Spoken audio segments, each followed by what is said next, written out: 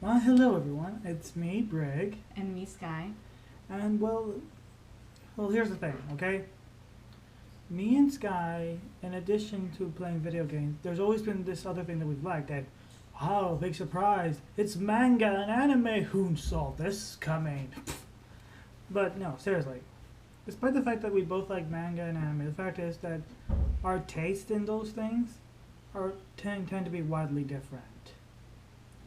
And thus, as a way of bringing new content, and in addition, finding new ways to torture each other, we're doing what we're calling 10 for 10. Yes. Care to explain?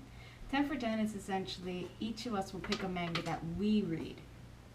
And then we'll make the other one read 10 chapters from that manga. At the end of it, they need to give their opinion on it. This will contain things, just the overall plot, what they liked about it, what they disliked.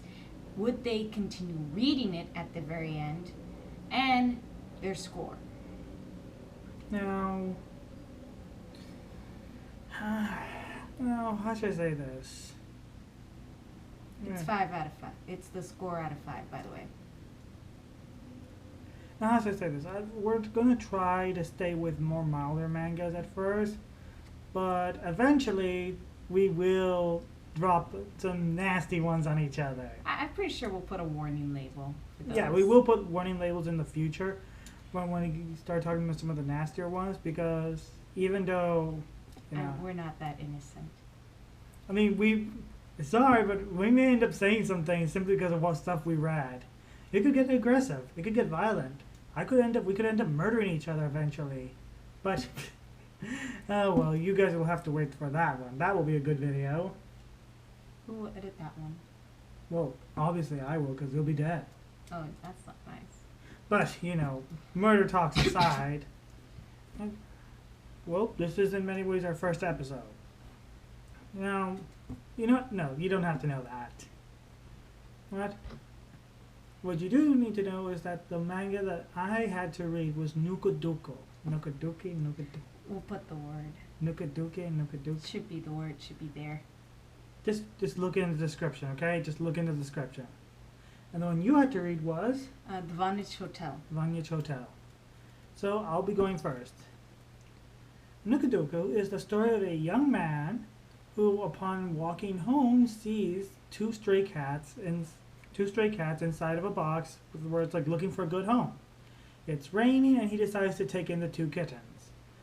Now this is where the story takes an interesting turn, because they're not actually cats. No, they're not magical beings that transform and grant him power. No, nothing like that.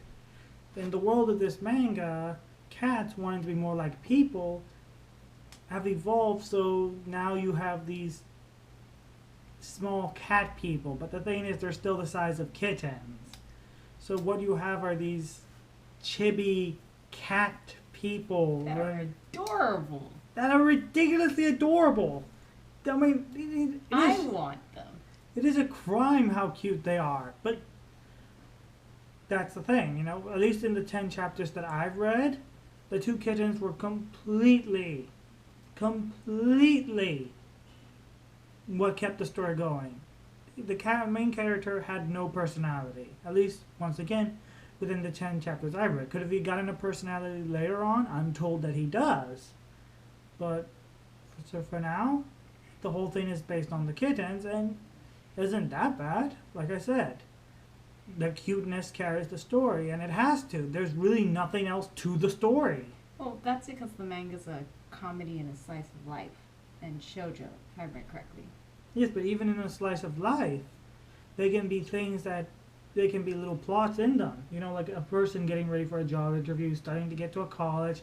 They can be things that you can build up to a conclusion. Alright, fair enough. But here, there's nothing like that. The only real changes that happen is that he gets another part-time job that we didn't even know that he was going to get in the first place. Yeah. I mean, that said, is it a bad manga because of that? I'd say no. I mean, it's a slice of life. Slice of lives don't have to be big. They don't have to be grand. And they don't need these complicated storylines. A slice of life is literally the day-to-day of a character. Someone who is usually, but not always, a completely normal person. And in this case, it fits it nicely. Granted, I would like to know more about him. I would like to know more about the other people in his life. Well, you'll find out about them later. But, like I said, for now, it's these two little insanely cute cat people things that are running the story. Like, I mean, there's really nothing much to say. I mean, I'm not gonna lie. This first episode is probably gonna be the shortest one yet. But yeah, I mean, I would definitely give this manga a 3.5 out of 5, just because that, despite the fact that nothing really happens, it does what it does. It does what it's trying to be. It's trying to be cute, and it works. It works. It's very cute, and you end up feeling better about yourself by the end of the day. Just how cute it is. I will keep reading this, simply because it's freaking adorable. It is. But, that's from my side. Now, Voynich Hotel.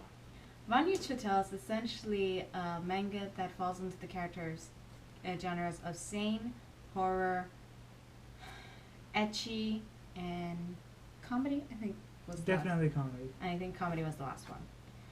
Each of these elements can be seen. Oh, horror. Did I mention horror? You said horror. Okay. Her memory is very bad. Oh, you will see. Anyway. You will see. You will see. Anyway, so essentially the manga can be described like this. There's a hotel, and it's about the guests and staff who go to the hotel. That's essentially the plot. How it works is essentially like Seinfeld. I mean, Seinfeld is essentially everything that happens, the characters take it as if this is normal and to be expected. And they react to it as though this is no big deal. An explosion could happen, and they'll be just like, oh, well, it was an explosion. No big deal here. That's true. And so that's why I say it's like Seinfeld. Our main character is this guy who checks into the hotel. By the way, in case you haven't noticed, we're horrible with names. So if you want us to tell you what the characters' names are, tough luck, because basically we barely remember the names of people we meet. I think if anything, we'll just probably put pictures of them. No, seriously, I have friends who to this day have no idea that I've completely forgotten their names years ago. I'm always like, hey buddy, hey girl. I beat you. I knew this person for 10 years and I didn't know their name. Did you even ask them? You know what? Back to the review. I win. Back to the review. Anyway, so, and through this manga, there's a lot of great things about it. And because of the fact that it's so simple, it is a very easy story to pick up from really anywhere. However, this can also be a turnoff as, for me, I'm a person who likes to read things that essentially have a plot. I like that there's a beginning, there's a middle, and there will be an end. The only manga that I would go for that does not have a plot would be a manga like he read, like the one I made him read, which is only because I read those types so that way I can finish a chapter and feel good afterwards. Feel like, oh, I read this, I feel so good, it was so cute and cuddly. You accomplished something. Yeah, but this manga, Voynich Hotel, you won't come out feeling like that. It's not bad, and certainly there's funny moments, but you won't come out feeling like this was really cutesy or really funny. And as a result, this is not typically my cup of tea. But despite that, it's still not a bad manga. It's pretty good. There's a lot of funny moments. An example would be how one guest, this manga artist, was doing his work and suddenly he gets distracted and he starts listening in on the couple next door who are planning to get it on, only to then bring in a panda who apparently was murdered in their room. And you just essentially are hearing it from the mangakai's point of view, so he has no idea what's going on. But everyone else is acting like this is normal. When a maid comes in to bring him his snack, he's like, what's going on over there? They're like, oh, it's just a couple. You know. Like, they just normal. It's like, it's just a couple, you know? And then later on, what's going on? Oh, it's a couple and a panda. It's like, totally normal. Yeah, Don't think about it. Nothing odd here. And each guest is odd in their own way. We have the owner who wears a wrestler's mask, who surprisingly is friendly, even though when he first appeared, I thought he was a devil. Actually, you do meet some demons later on in the story. Yeah, that's what I've heard. They were surprisingly nice. Everyone's just nice. But even though there doesn't seem to be much horror element, there is plenty of horror elements in the background because the story itself doesn't seem that creepy except for the occasional small story or some background information they mention on a character. It really isn't that scary. So it's more like the location. You'll see like skulls, the appearance of people, but it's still very Don't forget there's a serial simple. killer. There's a serial killer That case. wasn't in the 10 chapters. Yeah, but there's a serial killer case that comes up later in the story. Once again, I'm only reviewing on the 10 chapters. Yeah, so I but cannot mention this person. Yes, but I also mentioned how the main character in my story got a personality later, and that wasn't in the 10 chapters, so... Except I didn't And know how that. his friend also get a personality, so...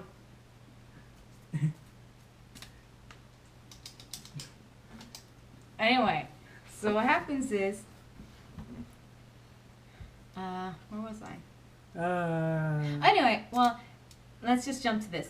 The overall art style of the manga can be a bit of a problem because it appears very cartoonish. No, that's true. And some people will not like this. Some people like really realistic mangas. And some people are okay with cartoonish, so the art style can be a bit of a turnoff. Despite that, there's a lot of detail. If you look at how they put in the background, you can still see shading in some areas. You can still see the detail of the aging of the place. So it's very good. You can see wrinkles on clothing. But it's still going to be very cartoonish, which works great for the manga. They make it work. Tell them about Vegeta and Appa. Oh yeah, they also have these two characters that appear early on that get killed at the beginning, who are called in the manga Vegeta and Nappa because that's their appearance. They look like those characters, except they're in suits.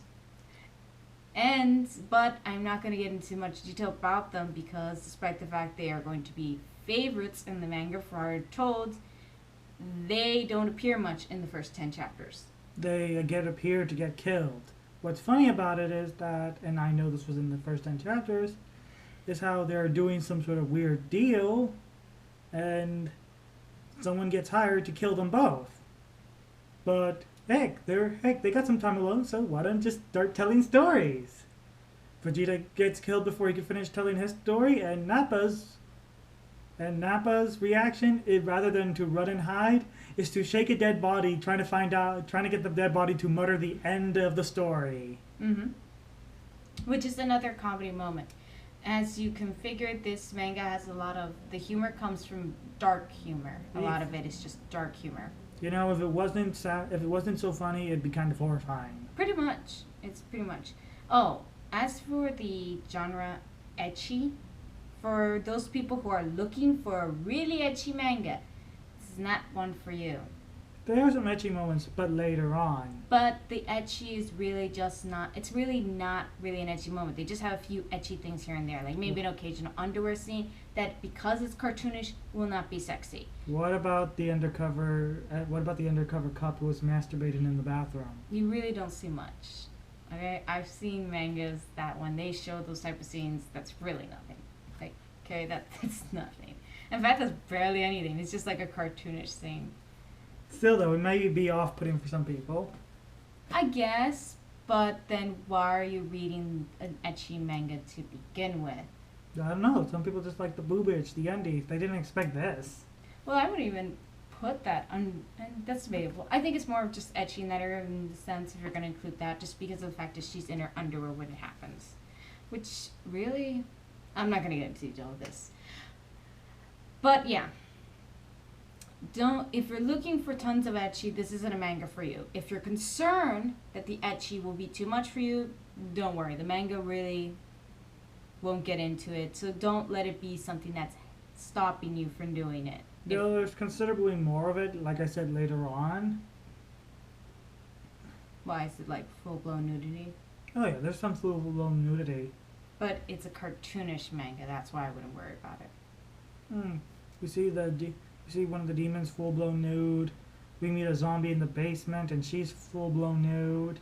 But if it's completely cartoonish, would it be an issue? Because if you've seen the style of the manga, it's not really that bad. It's about preferences. Preferences that people have, what they're comfortable with. Yeah, and it's about what my view of the manga. And just because it's cartoonish doesn't mean that people may not get something out of it. I mean, otherwise, if everything has to be realistic, then explain how the hentai industry is still so strong. That's another topic for another day. Look forward to it. But yeah, what would you rate it? I would give this manga a 3.5. The same as me. Copycat.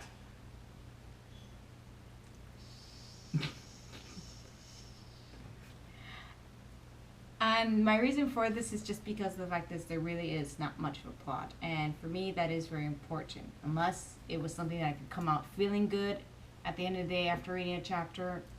Because of that, it's just not that appealing to me. I will continue to read it, but it will be more like on and off.